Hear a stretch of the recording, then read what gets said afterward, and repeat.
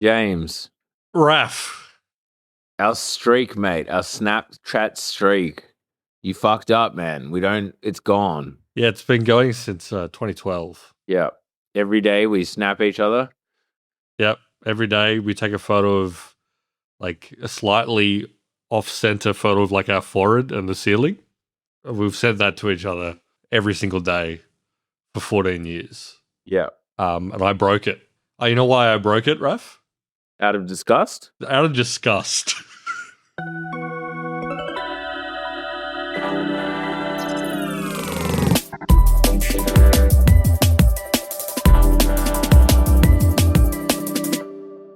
Folks, This week on the podcast, Snapchat, that's right. Second episode, we're going to talk about Ramageddon continues. We're talking Steam Deck pricing. We're talking your iPhone's going to cost more money, folks. Ramageddon, it's back. it's back. I know we called the end of it.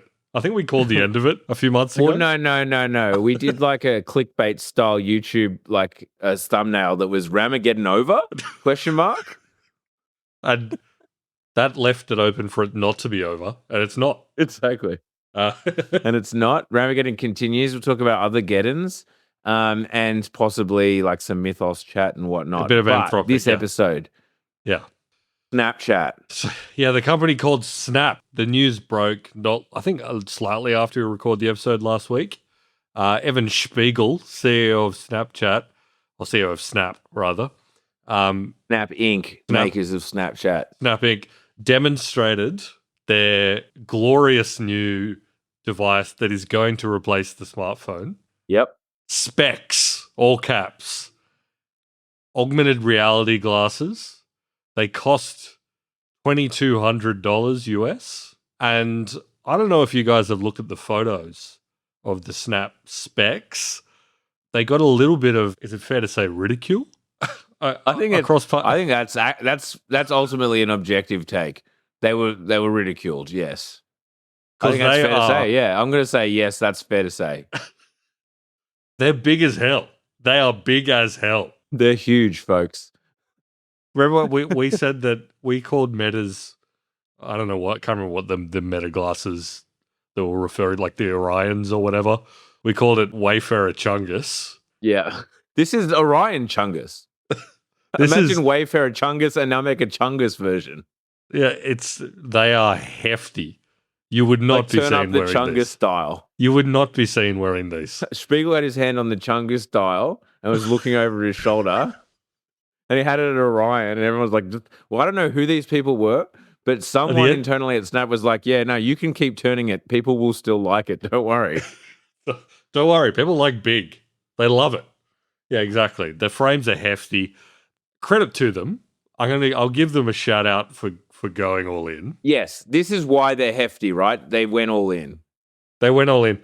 So, okay, on one side of the spectrum, you've got like the Apple Vision Pro, which turns out nobody wanted, but is like a hefty bit of kit. It's basically virtual reality goggle style. Yeah. Obviously, it's pretty sleek. Apple did like a relatively good job with that, but also like, not really portable at all. Relatively good. I think they're like, it's a sick piece of kit. It just doesn't do anything.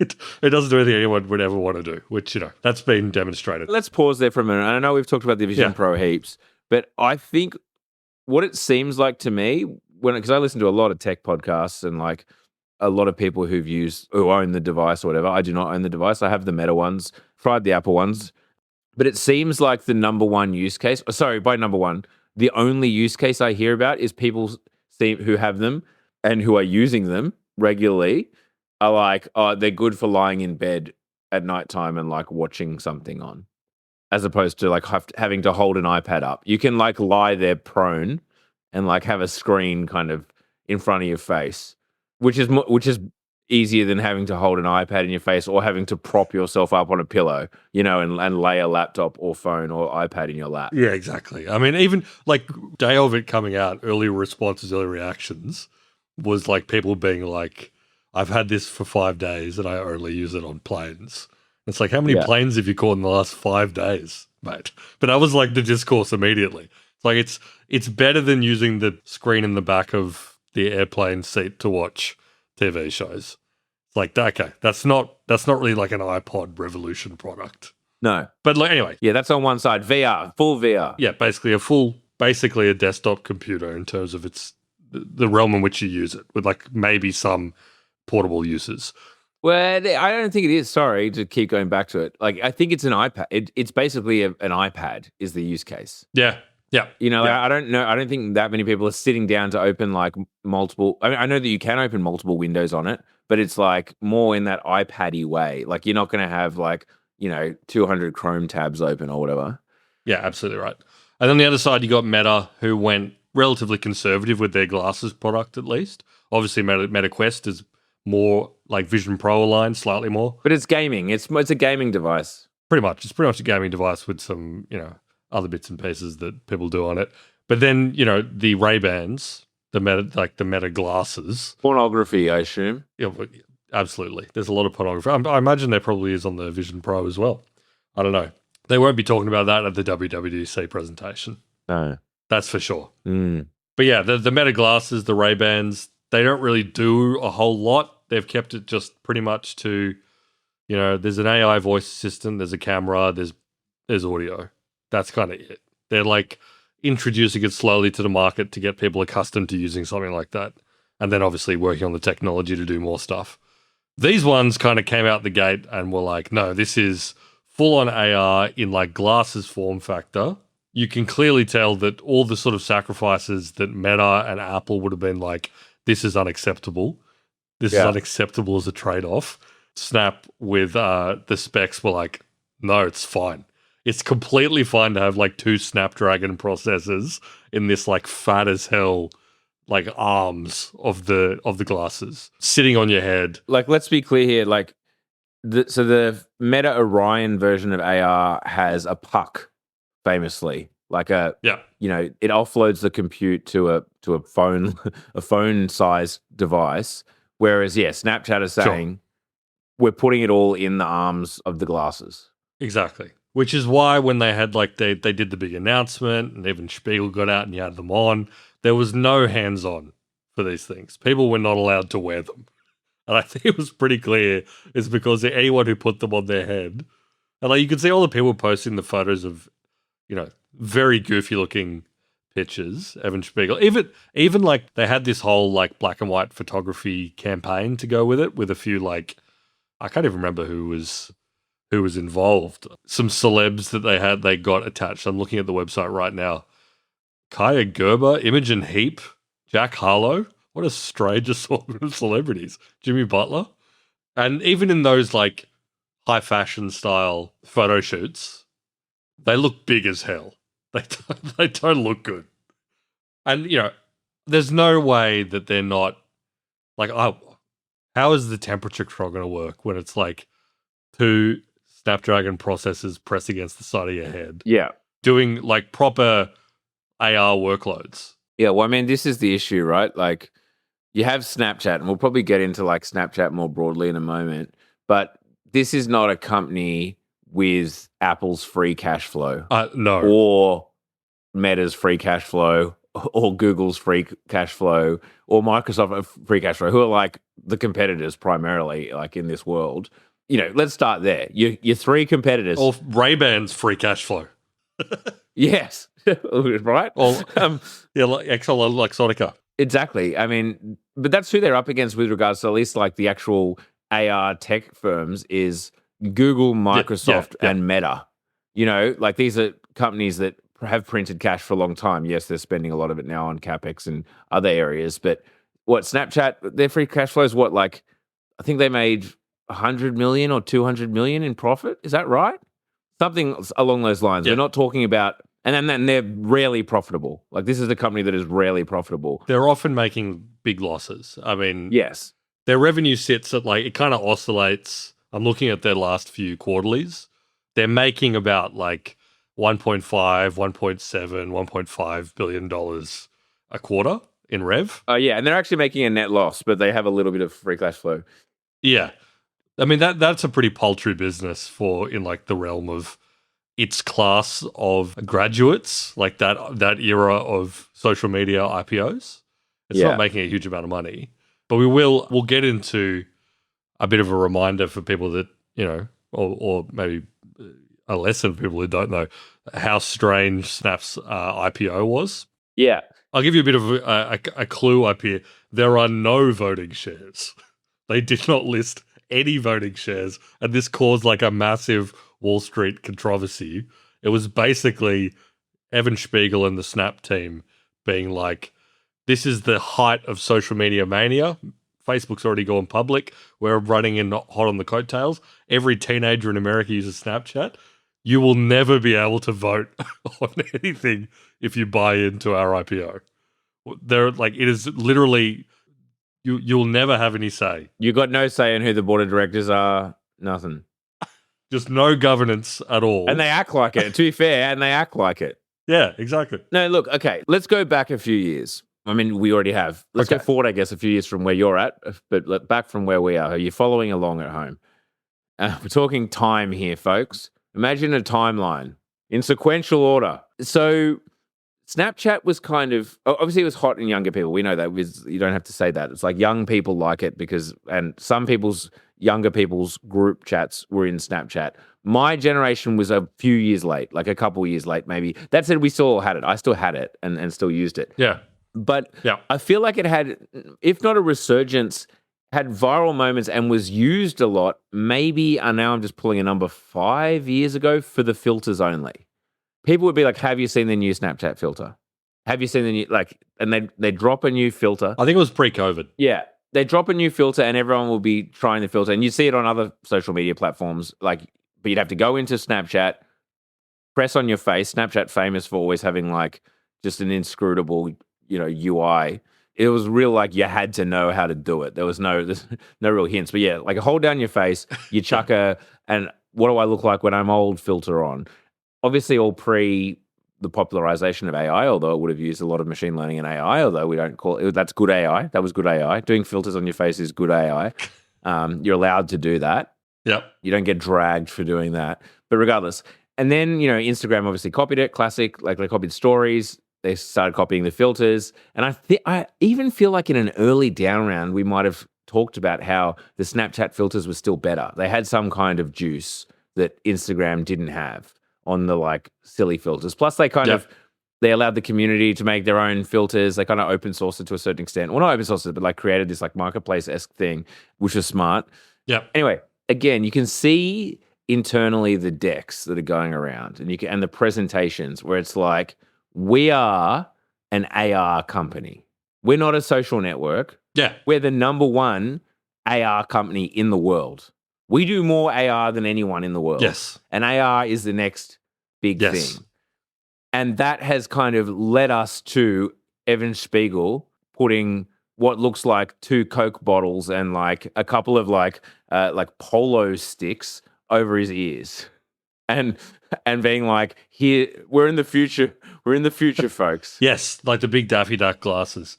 I find Snap is such a fascinating business because I think that multiple times, including what you just talked about, they have been ahead of the curve in figuring out what is the next thing in internet communication, right? I don't want to say they were first to disappearing messages and disappearing photos, but they certainly popularized it and put it into a platform that worked, right? And they clearly tapped into something massive back when this was early 2010s. We were still figuring out social. Yeah. Ephemeral content. They figured out that ephemeral content, people wanted to be able to send things that weren't going to persist forever. They did that. But I think that the problem that Snap almost immediately ran into is that the core product is a messaging product, not really a social media product. And they've bolted all sorts of shit on top of it in the years since. But fundamentally, the core surface of Snap or Snapchat is messaging. And messaging alone, without other bits, is really fucking hard to monetize. Yes. It's really hard to put advertising in it in a way that's natural and not weird. I mean, we were just talking about if the vast majority of the messages that are being sent back and forth on your platform are teenagers doing a low angle photo to keep their streak up. So you've got their ceiling and half their nose or whatever. Where does the ad go? Like, where does the ad go in a way that isn't like disruptive or weird or make people leave? Totally. And then they obviously tried a bunch of stuff. Like, Yeah. I remember when I was kind of still using it, the big innovation was it's like, okay, obviously you send images to each other. Then you had like a stories like feature where it was kind of sending the story publicly. And then it was like channels. Vice had a channel. All these various kind of platforms had a channel, and that was where they were going to monetize because it was going to be this entertainment platform, which was like, that was that era pre-TikTok where it was like, the future of content is short form content and everyone's going to monetize it, and you're going to have like, people are going to pay for this kind of stuff. And also, obviously, it's better for ads. When in fact, the Facebook model of just like, everyone have at it and then chuck ads in between is obviously the way to do that. But also, as well as you need like the scale. Yeah. And again, like they invented the stories format, which is just like dominant across basically any platform. I mean, actually, I should take that back. I think it has receded a bit. Like there was a moment where like every platform needed to have a stories feature. Yeah. And I think it's kind of been realized that like... But is like as if TikTok isn't kind of like an extension of it, Like the vertical videos, yeah, that's at true. least. That's like true. That, like a story was Yeah. kind of changed to was a vertical video, and like TikTok is effectively just putting a story into a feed.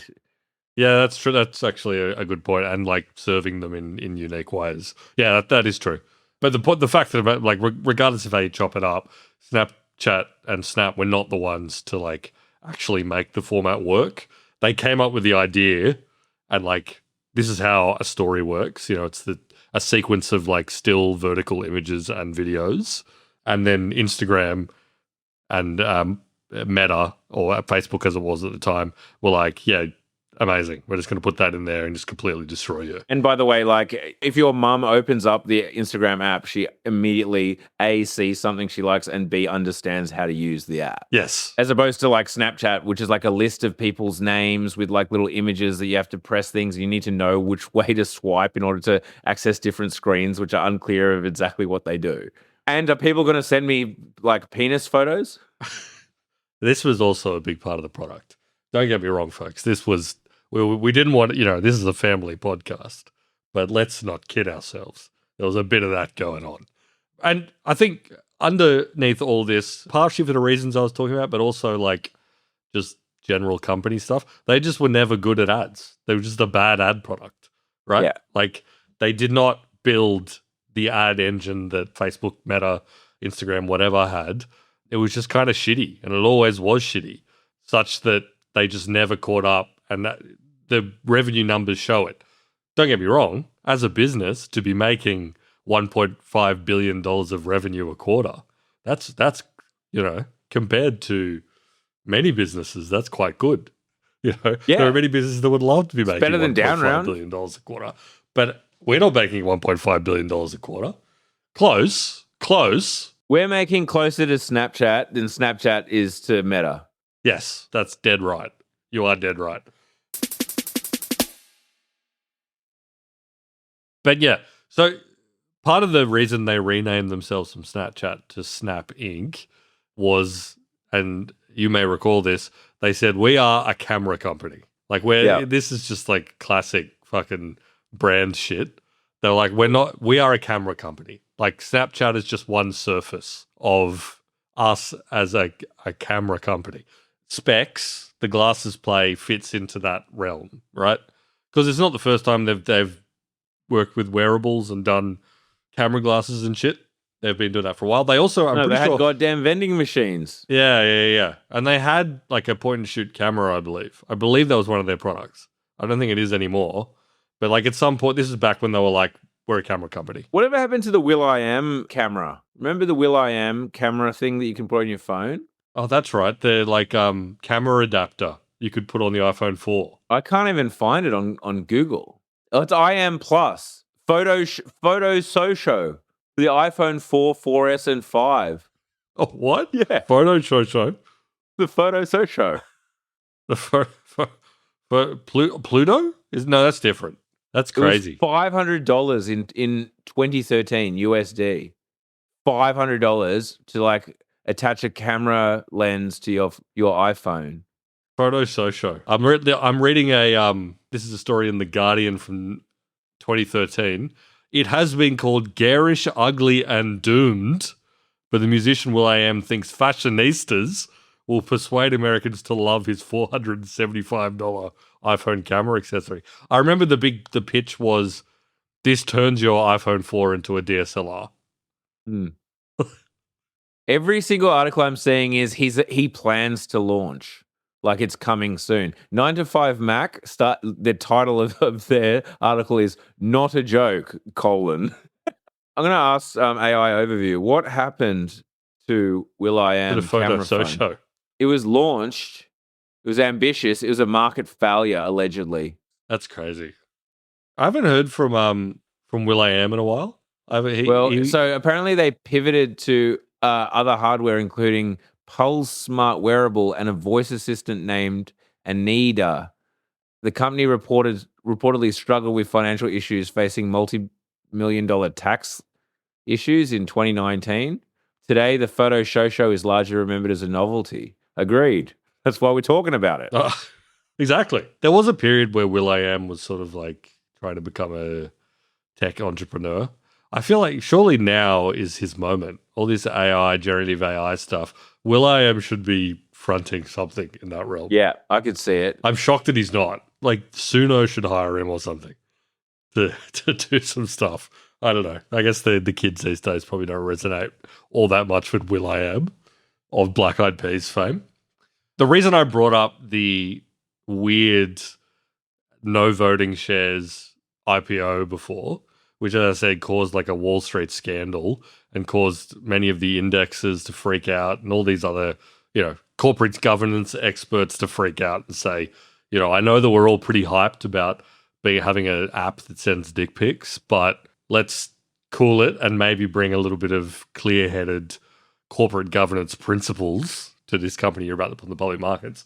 But one of the reason I brought it up is that it's like a supercharged version of the Mark Zuckerberg meta control. Evan Spiegel can just do whatever the fuck he wants with this company. And he's clearly has the vision that he's building the successor to the iPhone. And he's going to do it no matter what with his it's a tiny workforce right now, or a much smaller workforce.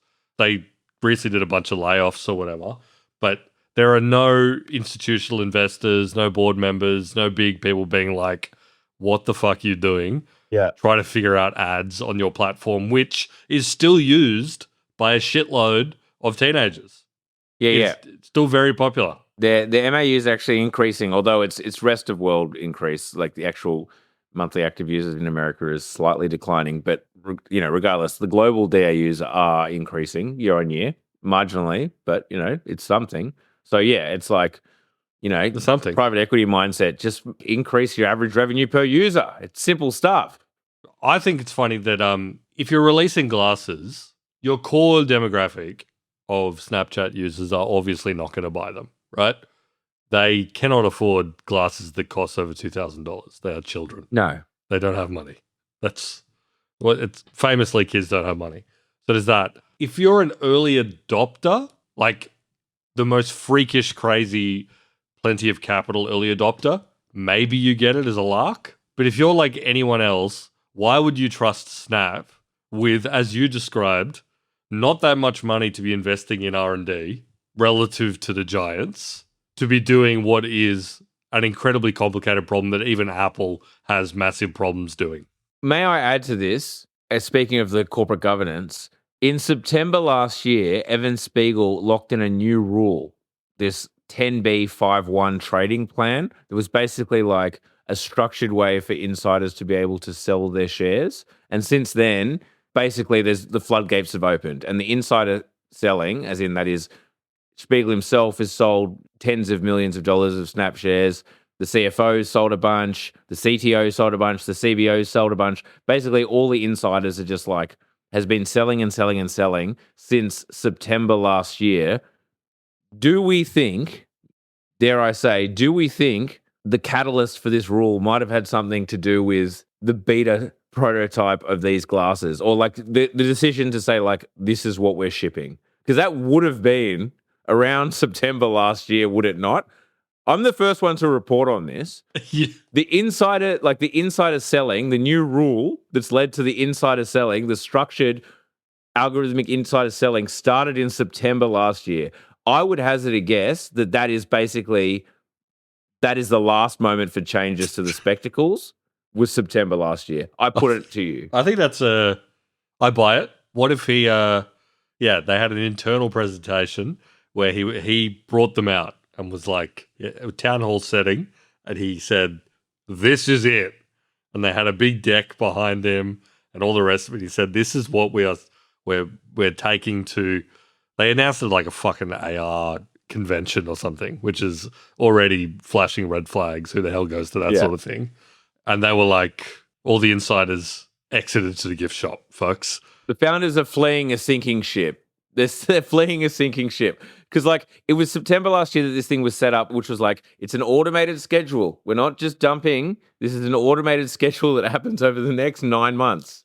Those 9 months being from September to, like, now. Yeah. Just saying. Yeah. It is from an intriguing. optics perspective, I'm not accusing anyone of any wrongdoing here. Obviously, far be it from me. However, I'm saying the timing in my mind lines up. Do you think that's good? Would that pass muster for a Capital Brief article? Sure. I'm commissioning you right now. An ideas edit in the ideas section. I got an idea. I've noticed something. Yeah, exactly. I'm happy to run that. An op-ed that just like speculates blindly based on 2 dates that you had. But no, you're right. I mean, there was a lot of news stories. I mean, there was the funny one where it was like the screenshots of CNBC or Bloomberg or whatever. It was Evan Spiegel with like the glasses on, and then like the chyron below was like Snap stock plummets on the announcement of new glasses or whatever. Just like the contrast between him. With and their CEO looking like a goofball in those things. That's the exact. You never want that to happen as a CEO of anyone. You never want to. It's an all-time screenshot. Like literally, Snap stock plummets on announcement of new glasses, and the CEO in said new glasses looking like a goofball. That's as bad as it gets, folks. You don't want that. And look, when they say that the stock plummeted, it did. I think it would drop like 10-15% or something. That's all pretty relative. I mean, Snap stock peaked back in October 2021. It had a real COVID pump, massive COVID pump. I can't even remember what was happening with the company at the time. I suspect it was probably COVID related, I would imagine. From April 2020, they had a massive run up all the way to a bit over a year later. It peaked at $83 USD. It has now plummeted 93% from those highs. So it's all fairly relative to the absolute pounding that this company has taken. But yeah, I mean, to me, I think this is Evan Spiegel seems like he was sort of like a golden boy for a while there. He was like an operator. He was considered like, a real weapon. Married to Miranda Kerr as well. Our Miranda. Nice. Oh, damn, he's only 36. He's quite young. Yeah. I thought he was older than that. That's right. He was super young when he started Snapchat. He was like early 20s. Again, good on you. But it does seem like this is his Hail Mary.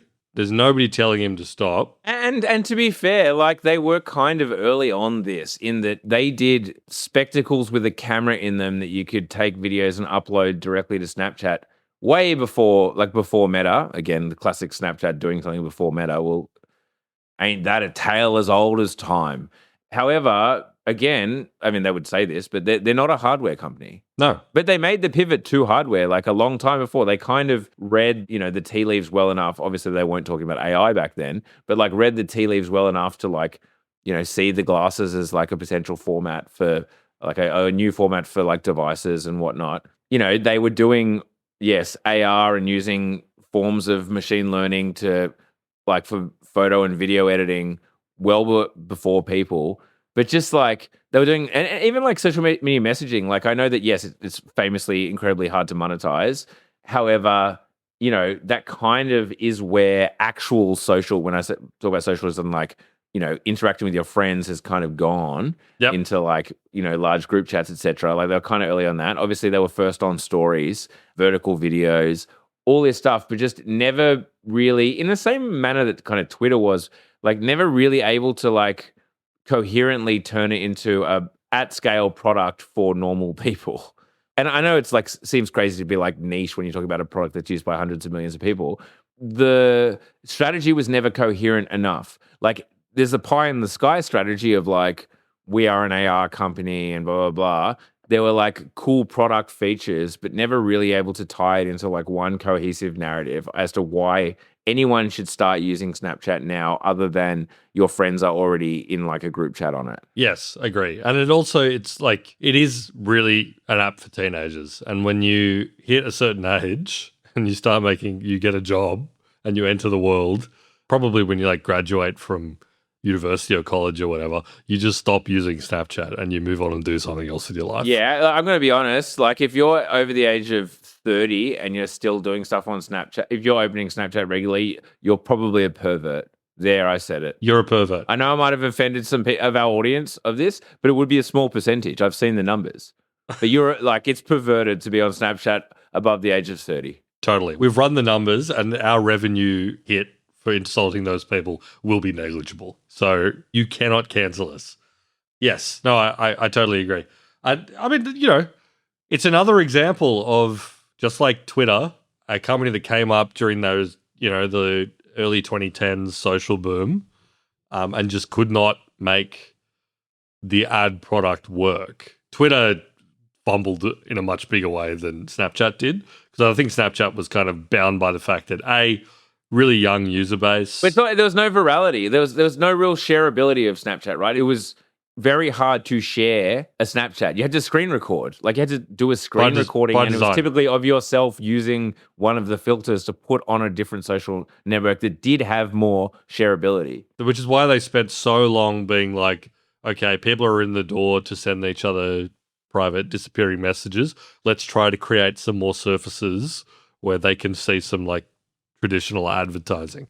And it never worked except for the stories thing to a certain extent. But again, that was sort of stolen by Instagram. They didn't even try to hide it. They called it stories. Like the thing was called stories, and then stories became the word that every other platform used for it. Like that has got to not feel great. Yeah. And you're so right what you said before that TikTok is just a further evolution of that. Again, they were on the ball. They understood how people actually wanted to communicate and just couldn't bring it home. And so we end up here. Yeah, exactly. Maybe again they're doomed to just be like have Apple pick up the Apple hardware lab, buy some Snap specs and be like, oh yeah, that's kind of interesting.